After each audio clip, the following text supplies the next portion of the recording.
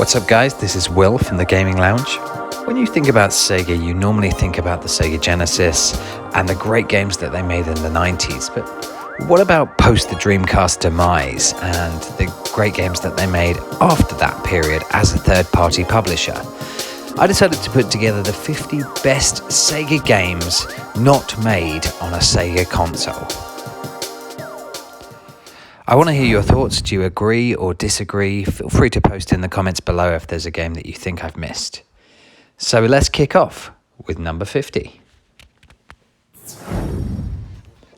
Starting us off then is a fantastic 3D arcade brawler, SPIKEOUT, made for the original Xbox.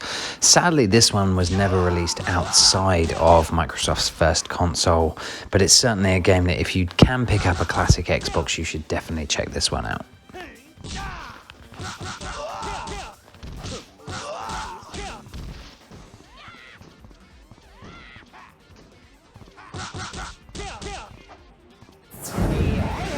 Number 49 is The King of Route 66, a sequel to the 18-wheeler game, which was originally made on Naomi 2 hardware, but was actually converted for the PS2, so almost certainly would have been a Dreamcast release back in the day. Certainly worth a look, and certainly worth your time, especially if you love the first game. Number 48 is Sonic Rush, which was Sonic's first outing on the Nintendo DS, and actually was fantastic utilization of the DS dual screen setup. Created by Dimps, who had already made the Sonic Advance series. They were very, very familiar with Sonic, and I think that this game is absolutely fantastic. You should definitely check this one out.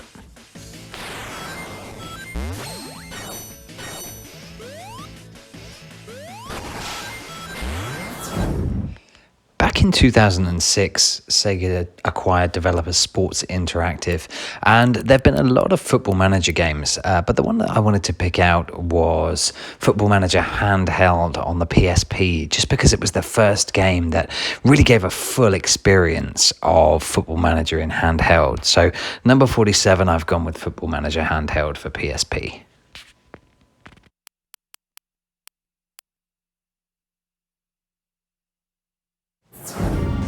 Number 46 is another PSP game, and that's the excellent Phantasy Star Portable. Now, this to me didn't hit the heights of Phantasy Star Online on the Dreamcast, but as a portable experience, I think this was a great story, really, really enjoyable game, many, many hours of fun, and still great to go back to and play today, actually. So, Phantasy Star Portable is at number 46.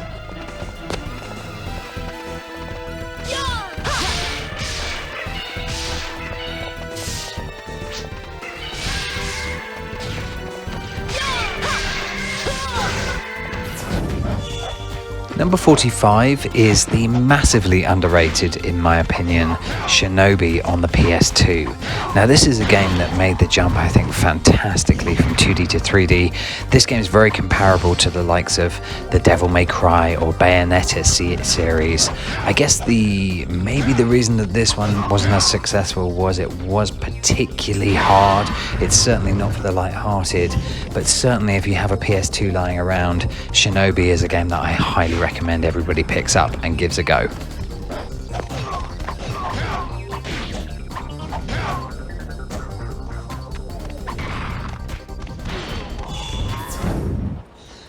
At number 44, we have Headhunter Redemption for the PS2 and Xbox. Now, Headhunter was an action-adventure game originally released on the Dreamcast. I think for the time it was very, very ambitious, and the sequel came out on the PS2 and Xbox. And it's definitely a lot more of the same, amped up, and if you enjoyed the first game, this is definitely one that you should try. I think it was overshadowed by other games on the Xbox and PS2 back in the day, and is a little bit of a hidden gem, I think. If you're interested in action and adventure games on the system, definitely give this one a look.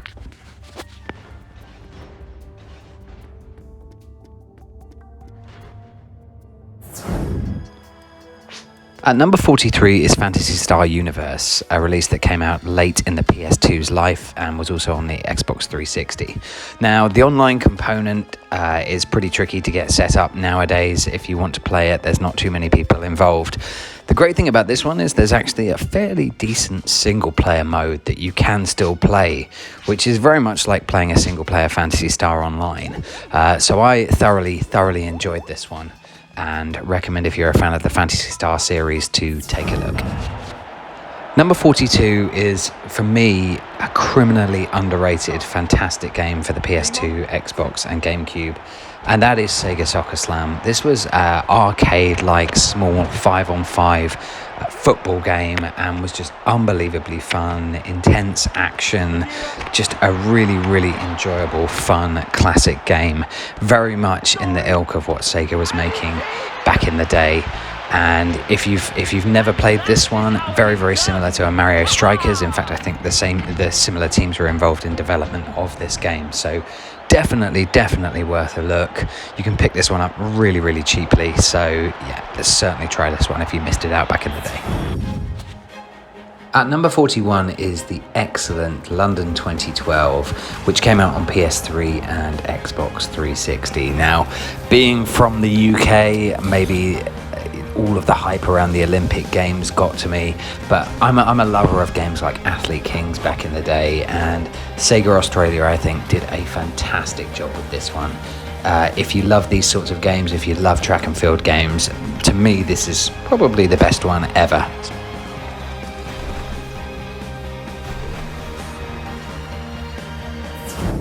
Into the top 40 then, and ToeJam & 3, originally a Dreamcast game in development, ended up actually being released on the Xbox with a number of enhancements that weren't planned for the Dreamcast version.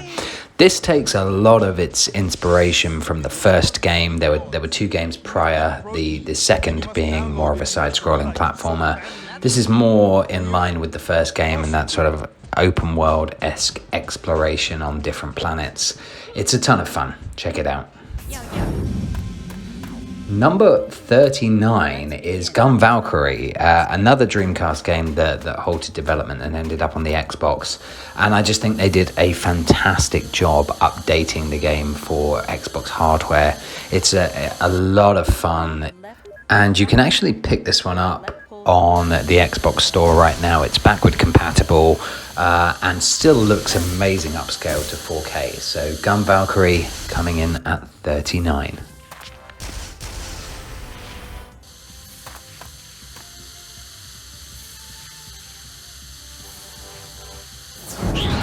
Number 38 is Knight's Journey into Dreams, the sequel to the fantastic Saturn game.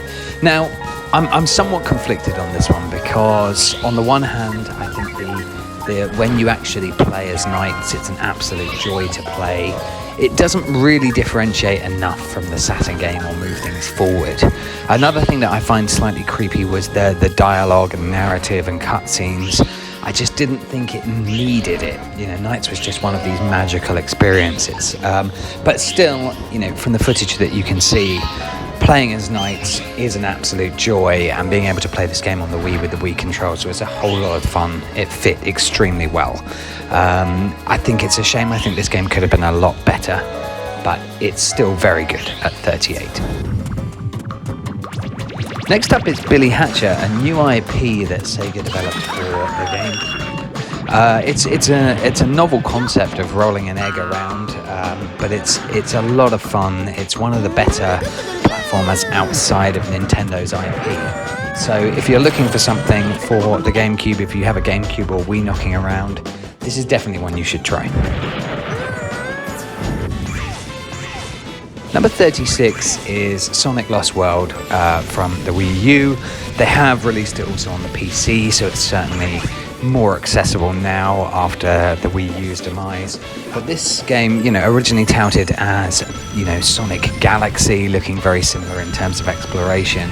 It didn't hit the highs of Nintendo's mascot, but it's still, I think, a great game to play. It's very colourful. I love the visuals, love the graphics. And if you didn't like Sonic Forces and you're looking for something to play before Sonic Frontiers, this is definitely a game that you should look at.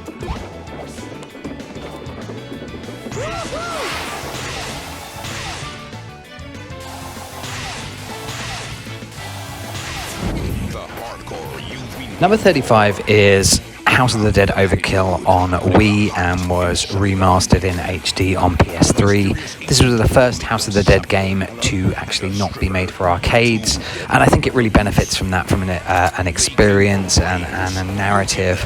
It's very B-movie horror, very humorous. House of the Dead Overkill, number 35. At number 34 is Sonic Heroes, the first mainline Sonic game not to be originally developed on a Sega console.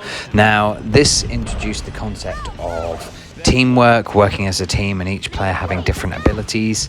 For me, I prefer solo Sonic games, so this was a little bit of a disappointment, I think, especially on the back of the excellent Sonic Adventure 2, but it's still a great game. It's still a great platformer. It's available on the Xbox, GameCube and PS2. However, I highly recommend avoiding the PS2 version as the frame rate is a little choppy and performance-wise it's not great.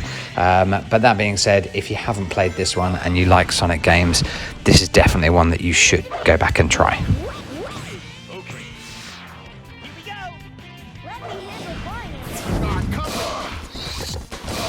Number 33 is Ghost Squad. This was an arcade game that was converted to the Wii, and gun games worked really, really well on the Nintendo Wii simply because you had the pointer, which meant that you didn't have expensive accessories to buy to make gun games accessible. Also, light gun games typically only worked on CRTs, so the Wiimote was a good solution to enable you to play light gun games. And this conversion is great. It's everything that the arcade was, plays really well, and a whole lot of fun. So Ghost Squad, if you like light gun games, this is a really, really good one to try. Astro Boy on the Game Boy Advance was a fantastic side-scrolling beat-em-up action game, and it really, really takes you back to the 16-bit days. It really pushes the hardware. It's a complete joy to play, really, really fluid. If you've got a Game Boy Advance lying around, this is definitely one of the best games on the system and thoroughly worth a look and your time.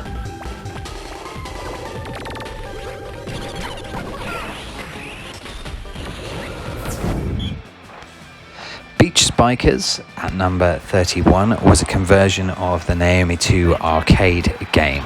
Now, it's a beach volleyball game and was very much overshadowed by Dead or Alive Beach Volleyball, but I actually think as a game this is a better game. This is a more technical, interesting game to play, so if you still have your GameCube, try this one out. So into the top 30, and Sonic Unleashed for me has still the best 3D Sonic levels potentially ever. They're an absolute joy to play. The reason this isn't higher is just the lack of them, and obviously the werehog portions of this game, which they're not bad, they're a little long, a little cumbersome, but when the werehog portions are 70%, it sort of leaves a bad taste that there aren't more of the incredibly fun 3D Sonic sections. So even so, just for the 3D Sonic levels alone, everybody should try this one. It came out on the 360 and the PS3, and if you can try it on your Xbox Series X, it looks glorious upscaled to 4K. So definitely check this one out. At number 29 we have MadWorld, which was a game developed as part of a partnership between Sega and Platinum Games, and 3 of those games make this list, which I think shows how successful that partnership was, at least in terms of quality. MadWorld was a game that looked both out of place and yet was somehow perfect for the Wii. I love the stylized graphics, I love the gameplay, classic Platinum Games gameplay, and still now those stylized graphics hold up incredibly well today. So again, if you have a Wii, this is pretty much a must play, I think, nowadays.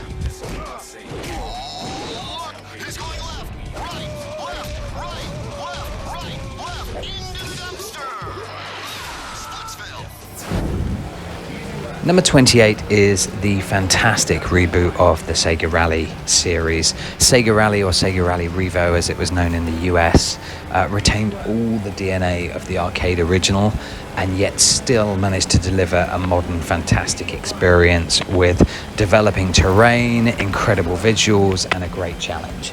Highly recommend you pick this one up on PS3 or Xbox 360.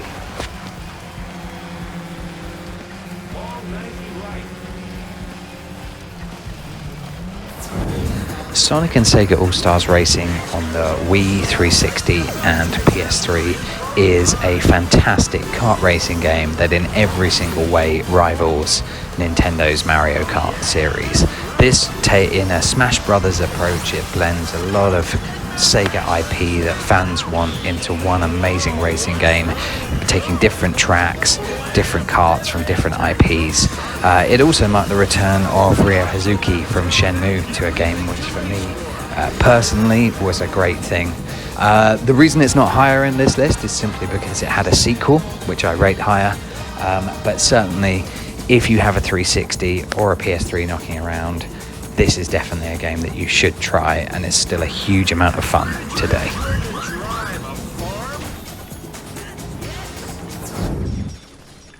At number 26 is the criminally underrated Binary Domain, which is a Gears of War-esque over-the-shoulder shooter from Sega. Now, this game is fantastic. It had a great plot, great story.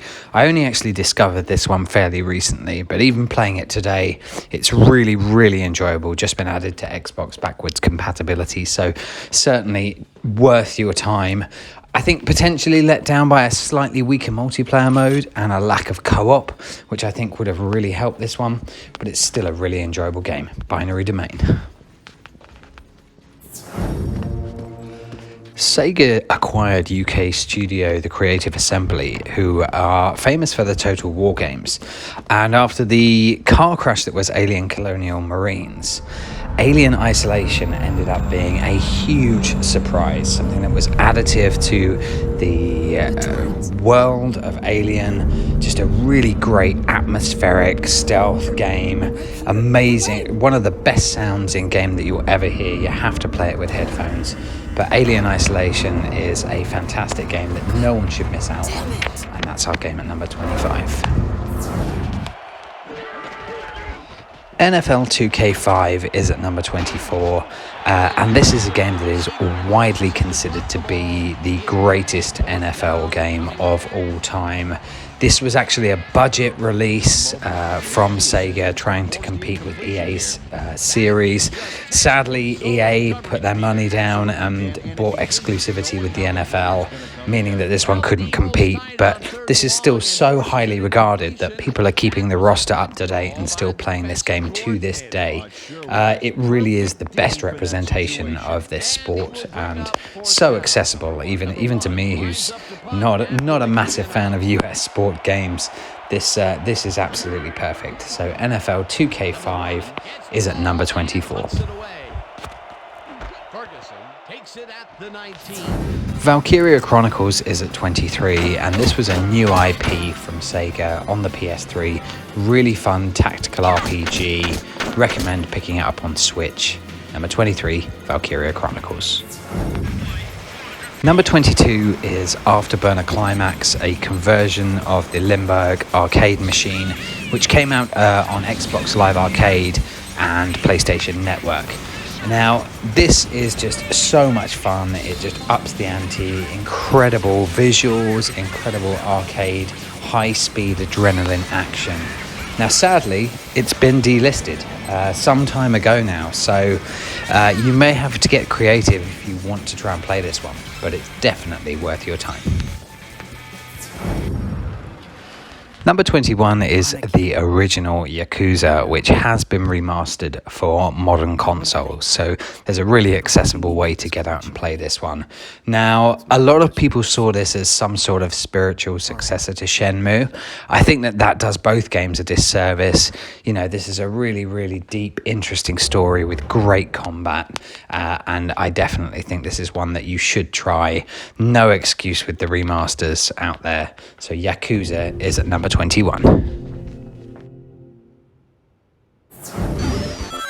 Into the top 20, and Sonic Advance was the first 2D Sonic game since Sonic & Knuckles, and it was so refreshing to see a new side-scrolling 2D Sonic come out.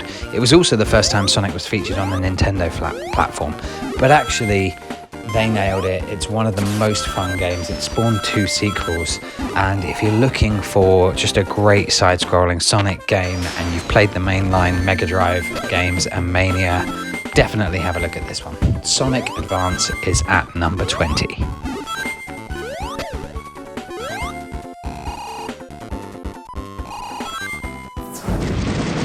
Number 19 is House of the Dead 3, and this just took House of the Dead 2 and upped the ante in every single way. Better graphics, faster action, wackier, crazier locations, and even more branching paths to go on. It's not a long game, but like all light gun games, just massive amounts of fun. You can pick this one up on the PC, but the Xbox and Wii versions are just as good. House of the Dead 3 is at number 19.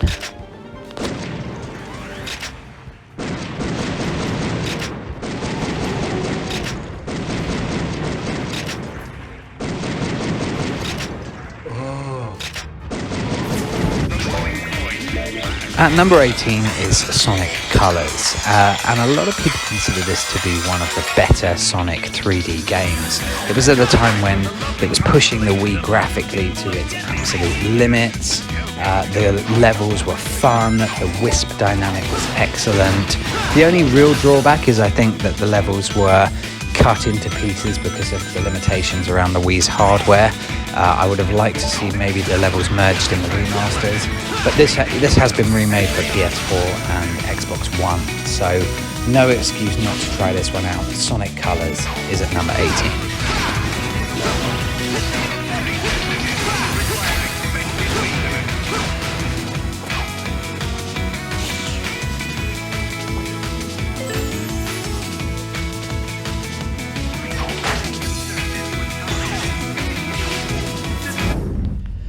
At number 17, we have Condemned. Now, this was a partnership between Monolith Studios, who made Fear, and Sega.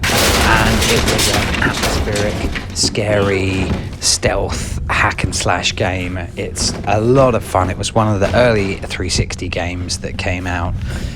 It's really, really different in terms of mechanics and how you play it. And certainly plenty of jump scares in this one. At number 16, I think you have the pinnacle in the Yakuza series, which is actually the prequel, Yakuza 0. It just has everything. It has a great narrative, so many different side options, great characters, great dialogue, great combat. Everything is just enhanced and perfect in this game. So it's also a great entry to the series. Obviously, there's been a lot of Yakuza games, and to be able to start with the prequel is a great way to get into this series. So thoroughly recommend picking up Yakuza 0.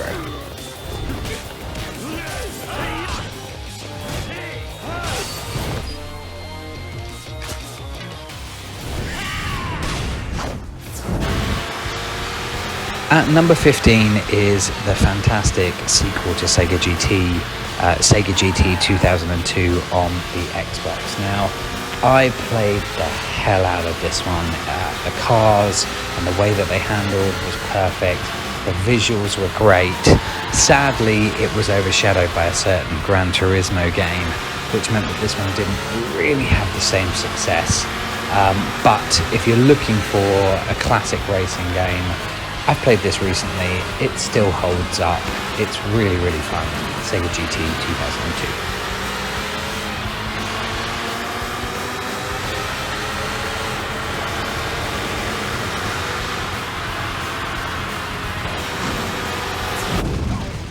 At number 14 is the second entry in the list of the Platinum Games partnership, and that's Vanquish. Again, another Gears of War-esque game, but with a huge injection of speed and arcade-like fun. The visuals were fantastic, they were smooth, they were fluid, the shooting was high intensity, high octane, and it was just a huge amount of fun to play.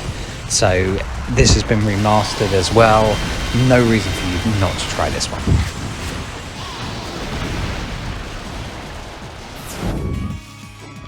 At number 13 is Virtua Fighter 5, the premier fighting series, and sadly the last entry that we've had in this series. And given the comeback that the genre has had, I'm quite shocked by that, because Virtua Fighter for me has always been one of the technically best fighting games that you could get.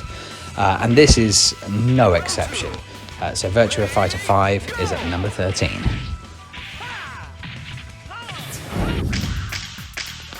At number 12 is the sequel to Jet Set Radio Future on the Xbox. Now, this actually took a slightly different path to the first game, much larger levels, much more exploration, but for me, this is the better game. And I think it's so much fun to play even now. It's a real shame because it's lost on the Xbox. It's not been available through backward compatibility and never been released on another system. I hope Sega bring this one back in some capacity, because it's criminal how few people actually got to play this game.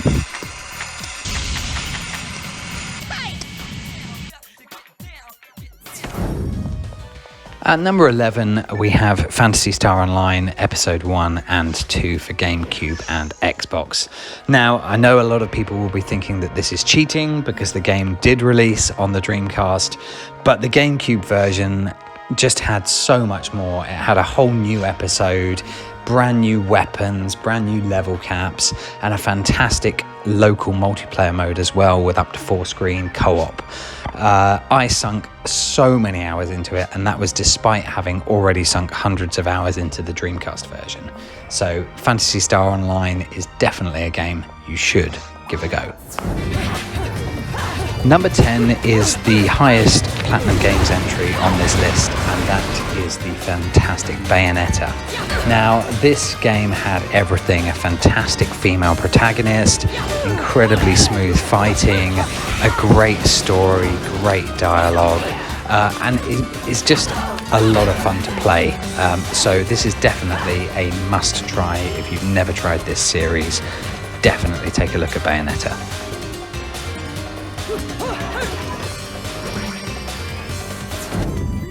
At number 9 is Sonic Generations, and for many this was Sonic's redemption after the lackluster Sonic the Hedgehog 06 and then Sonic Unleashed taking a step in the right direction.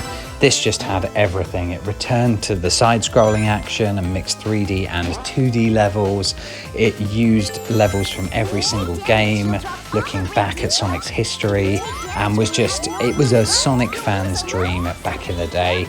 It's still an absolute joy to play and still one of the best Sonic games out there. So Sonic Generations is definitely something, if you're a Sega fan and have somehow missed this game, you should definitely try this out.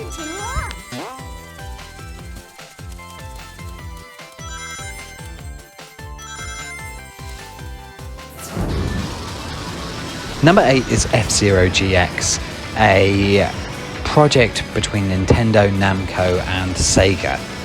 And to be honest, this game is just borderline perfect for the GameCube. It was high speed, phenomenal graphics, everything about it was just perfect. And sadly, it was so good, it's almost killed the franchise because there's just nowhere to go. It was that good a game. F-Zero GX, if you haven't played it, you certainly should. Sadly, it's getting more and more expensive on the GameCube. Hopefully they'll re-release this on Switch because it's so much fun. F-Zero GX is at number 8.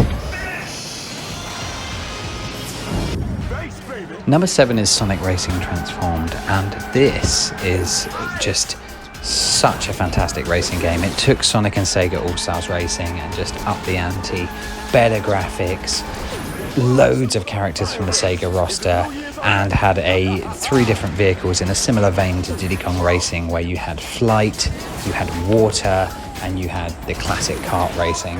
And the tracks would evolve as you actually drove around the courses, where you'd have things blowing up. It really was a lot of fun to play. Still great today. So if you haven't tried this one, especially if you're a fan of karting games, definitely try Sonic and Sega All-Stars Racing Transformed.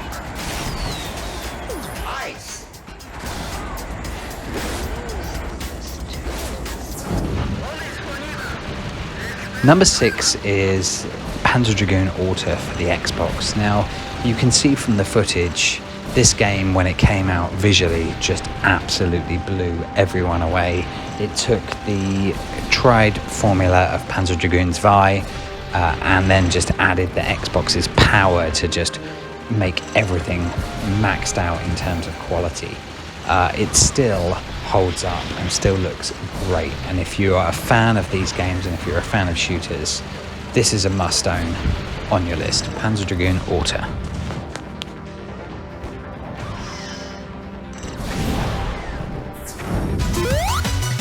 Into the top 5, and Sonic Mania has to be the greatest Sonic game of all time.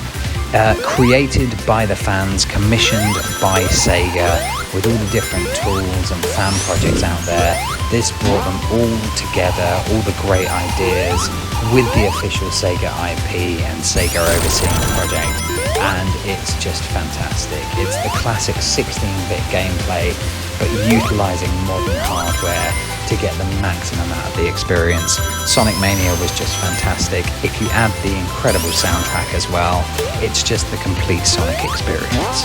Sonic Mania is at number 5.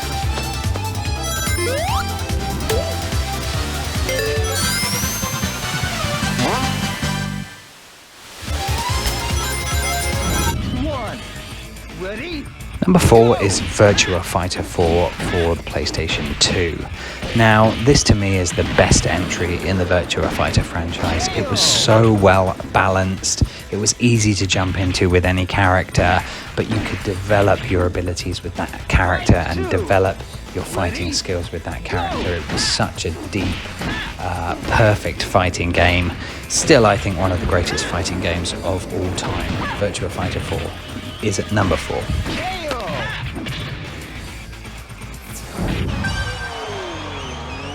Number 3, and when Sega commissioned a sequel to a game that was 15 years old, personally, I didn't expect much. The way racing games have moved on from the arcade genre, and then I saw Outrun 2 for Xbox, and it just blew me away. It retains the classic, perfection that was the original Outrun, and just adds to it with stunning visuals, great gameplay, and just a deep replayability mechanic within it. It was remastered in HD for the PS3 and Xbox. Sadly, that's been delisted, but I urge anybody to pick this up. Outrun 2 on Xbox is a fantastic game, and it's at number 3 on the greatest Sega game list. At number 2 is Virtua Tennis 3. Now, Virtua Tennis blew my mind when I first saw it, and the second game took a step further. The third game on Xbox 360 and PS3 just took it one step further. Again, the visuals were completely upgraded, the gameplay had been updated, the animations were more fluid, and it added a classic online mode, which was the one thing that I think was missing from Virtua Tennis, was the ability to play others. It was spectacular, and I think it's the second best game to be released since Sega went third party.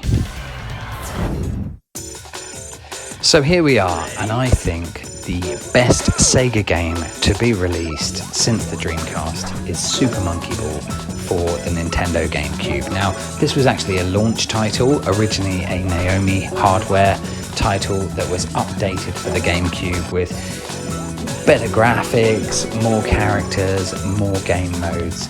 And to be honest, it's frankly a joy to play. Even today, it doesn't matter whether you're a beginner and can only do the beginner levels, or you gradually get progressively better until you're doing level 50 on expert. It's just so much fun.